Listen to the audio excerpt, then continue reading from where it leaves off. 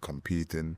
I don't miss the training, but I do miss the competition and the world championships. Usain Bolt just broke the internet again, but not with a race. This time, it was with a message.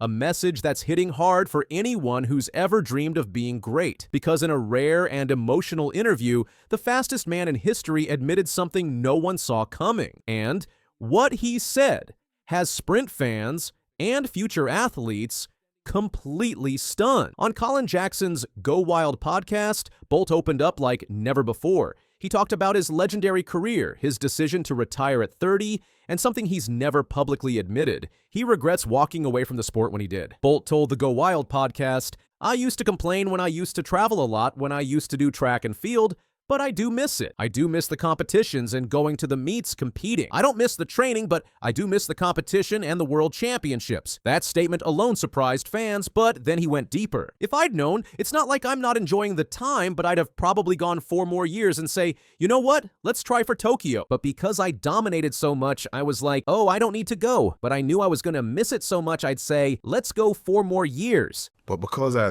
dominated so much, I was like, oh, I don't need to go. But if now I was like, you know what, if I knew I was going to miss it so much, I would have said, you know what, let me go 4 more years."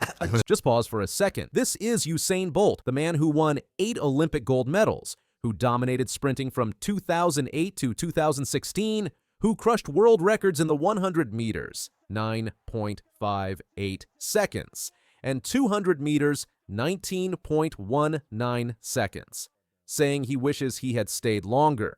Bolt explained that in 2017, after claiming a bronze medal in his final 100-meter race at the World Championships in London, he felt like his legacy was complete. But now, looking back, he says he could have pushed further and even made it to Tokyo.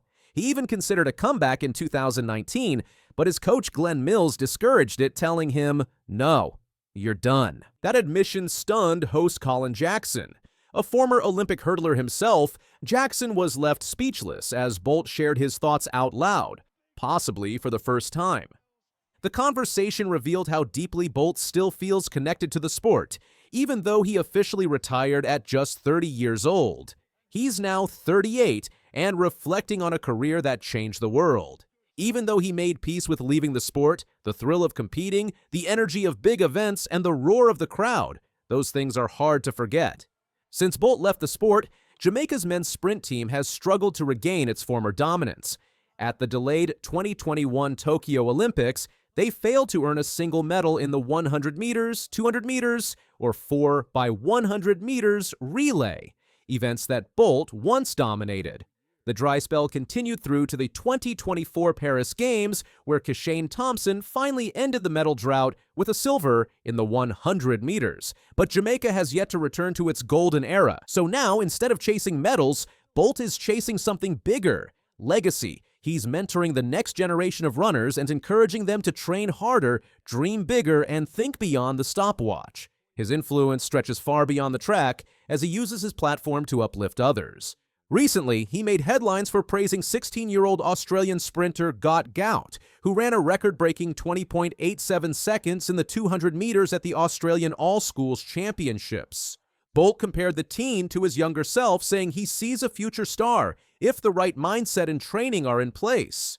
This moment captured Bolt's role as more than a past champion. He's now a motivator, a voice of encouragement, and a living legend who's still shaping the sport. His words carry weight not just because of who he is, but because of how he delivers them. Bolt doesn't speak in vague slogans. He speaks from experience, from pressure, from understanding what it means to stand on the world's biggest stages and still want more. Bolt's story reminds us that greatness is not just about winning titles. It's about how you use your influence. And now he's using his to push the sport forward. As sprinting struggles to stay in the spotlight between Olympic cycles, Bolt's voice is becoming more important than ever. He's also realistic. In the same interview, Bolt made it clear that he's not coming back to the track. His focus is on business, family, and being a voice for young talent. But he still lights up when he talks about his old life. "I do miss it," he said, reflecting on his past travels and competition. "But I don't miss the training." What sets Bolt apart isn't just his speed. It's how he's handled his post-race life. Instead of fading away, he's stayed involved. He's been vocal about supporting clean sport, better athlete funding, and creating more global attention for track and field. Bolt has even shown interest in developing training centers, supporting local communities, and bringing more structure to youth athletics programs. The internet loved his honesty. Clips of his podcast interview went viral. Fans across the world appreciated his humility. In a time where most athletes hide their regrets, Bolt shared his openly, and it made him even more relatable. Athletes, coaches, and commentators called his words refreshing, a reminder that even legends look back with what-ifs. This is a legend showing us what it looks like after the stadium goes quiet. And instead of holding on to the past, he's using it to shape the future. He knows that the younger generation is watching, listening, and learning, and that's why he speaks with care. Even though he's not racing, he's still leading. For every young runner out there trying to find their lane, Bolt is the example, not just of speed, but of focus, reflection, and purpose. He teaches that legacy isn't only about medals, it's about the message you leave behind. And the world is listening. So if you're a young runner, a coach, or someone chasing a dream, pay attention. Usain Bolt is still leading, just in a different way. He may have retired at 30, but his impact is still sprinting ahead. Because in the end, greatness isn't just about what you do when the crowd is watching. It's what you do when the race is over. And Bolt is making sure that the next generation hears that loud and clear. The champion may have left the track, but the lessons he left behind, they're still racing forward. If Bolt's message hit you too, share this video with someone who needs to hear it, and make sure you're subscribed for more stories that go beyond the finish line. But it going very well indeed is Coleman. Now Simbini. Simbini turns on the afterburners. Simbini gets it. 9.99. Well, he took a while to get going, but Simbini, the man in four. The world of track and field has been forever altered as South African sprint sensation Akani Simbine accomplishes what many considered impossible, surpassing Usain Bolt's remarkable record of consecutive seasons with sub-10-second performances in the 100 meters. This extraordinary achievement has fundamentally changed how we measure consistency and longevity in athletics' most prestigious event. For years, the sprinting world has measured greatness against Bolt's unprecedented dominance. When discussing the most impressive world records in sprinting history, the conversation typically centers on Bolt's legendary 9.58 seconds from the 2009 World Championships, where he became the only athlete ever to break 9.6 seconds in the 100 meters. Other contenders include Wade van Niekerk's astonishing 43.03 in the 400 meters at the 2016 Olympics, Florence Griffith Joyner's controversial 10.49 from 1988. Christian Coleman's 6.34 indoor 60-meter mark, or perhaps Letsail Tebogo's 30.69 in the 300 meters from 2024. While these singular performances capture lightning in a bottle, Bolt's greatness extended far beyond individual times. From 2008 through 2016, the Jamaican icon won both the 100 meters and 200 meters in every Olympics and World Championships he contested. Except for his untimely false start disqualification in the 2011 World Championships 100-meter final, a race he was heavily favored to win. His championship record remained spotless for nearly a decade. Bolt's triple-double, winning both the 100 meters and 200 meters at 3 consecutive Olympic Games, Beijing, London, and Rio, puts him in a category of his own. As the analysis notes, unlike any other athlete to ever compete, Bolt's accomplishments don't just stand out from his overall world records, he stands out because he was so good for so long. Among Bolt's many remarkable achievements was his consistency in breaking the 10-second barrier, the gold standard for male sprinters. From 2008 through 2017, Bolt recorded sub-10 performances in 10 consecutive seasons, a demonstration of sustained excellence that seemed untouchable. In 2025, Akani Simbine officially broke this record, recording sub-10 performances for an astonishing 11 consecutive seasons. This milestone represents one of the most incredible accomplishments in track and field this year, cementing Simbine's place among sprinting's all-time greats. What makes Simbine's achievement particularly remarkable is how dramatically his career trajectory differs from Bolt's. When Bolt first broke the 10-second barrier in May 2008, he didn't just edge under it. He obliterated it with a stunning 9.76 seconds on home soil in Kingston, Jamaica. As the analysis notes, While most would probably run a time of, say, 9.98 or 9.99, when breaking 10 for the first time, Bolt dropped a shocking 9.76. This performance put the world in a frenzy, as many thought that this was just too good to be true. Yet Bolt continued his meteoric rise, breaking the world record just 28 days later with 9.72 seconds in New York, then lowering it again to 9.69 at the Beijing Olympics. By 2009, in only his second year of sub-10 performances, Bolt had already established his still-standing world record of 9.58 seconds. Simbine's journey represents almost the inverse progression. When we compare Simbine's running progression to Usain Bolt's 100 seasons, we can see that Simbine's progression is almost the exact opposite of what Bolt did. The analysis explains. For Bolt, his personal best came from 2009, only the second year after breaking 10 for the first time. But for Simbine, his personal best came from 2024 at 9.82, which, of course, is the second most recent season where he's broken 10 inches. This record-breaking consistency places Simbine in rarefied air among the all-time sprint greats. In the history of the men's 100 meters, Isafa Powell currently leads with 97 sub-10 performances, followed by Justin Gatlin, 64, Usain Bolt, 52, Maurice Green, 51, and both Johan Blake and Mike Rogers, 46. Simbine currently occupies 7th place with 45 career sub-10 finishes, a number that will likely increase by at least 3 or 4 more in 2025 alone. What makes Simbine's achievement even more poignant is that it comes despite a career that many consider unlucky when it comes to major championships. For Bolt, his sprinting record was quite pristine, taking the biggest titles with the fastest times that the world had ever seen. However, for Simbine, it's been a little bit more complicated, as his sprinting record has been one of the most unfortunate, getting so close so many times at every single global final, but ultimately, he still has yet to win a medal in the 100. Akani Simbine, the only man under 10 seconds, and you're off to a brilliant start for the Diamond League season. How was the race for you? Race felt good. I stumbled a bit after the 60. Had to catch myself, but happy with catching the wind. But wait, there is more. Despite consistently reaching finals at the highest level, Simbine has repeatedly finished just outside the medals, often in 4th or 5th place.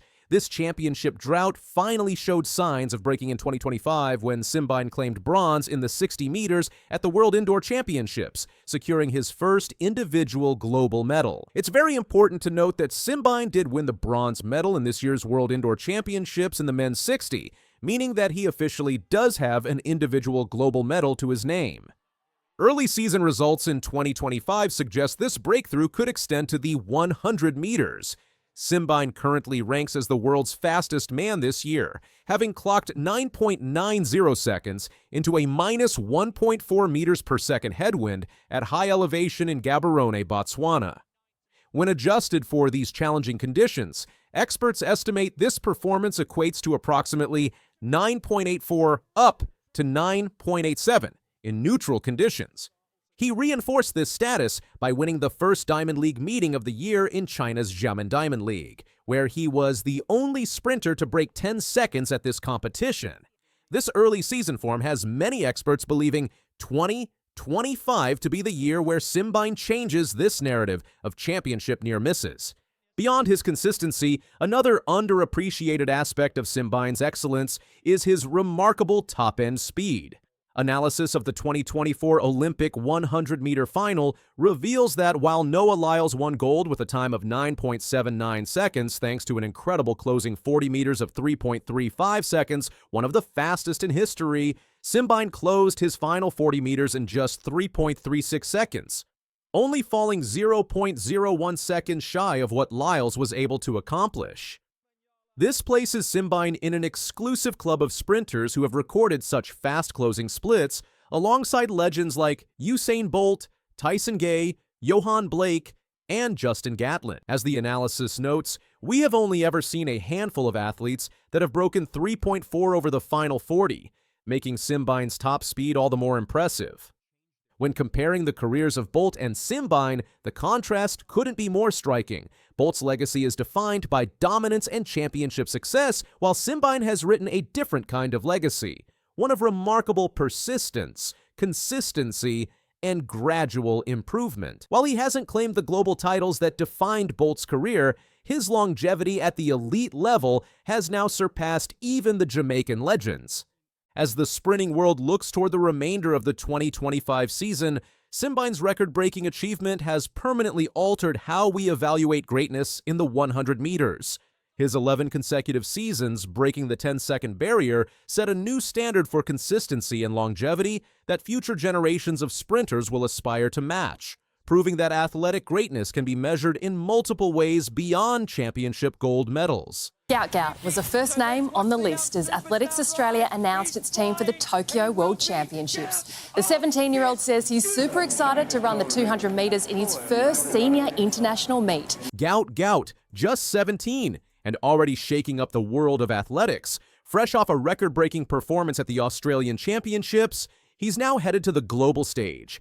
But it's not just his age that's turning heads. It's what he did that no one saw coming. Let's break it down. The Australian athletics community was shocked on Wednesday, April 23rd, as Athletics Australia confirmed 17-year-old sprint sensation Gout's selection for the upcoming World Athletics Championships in Tokyo this September. The announcement came following Gout's remarkable performance at the Australian Athletics Championships earlier this month, where he claimed his first national title in the 200 meters. The Queensland-based teenager clocked a wind-assisted time of 19.84 seconds in Perth to secure his position on the national team.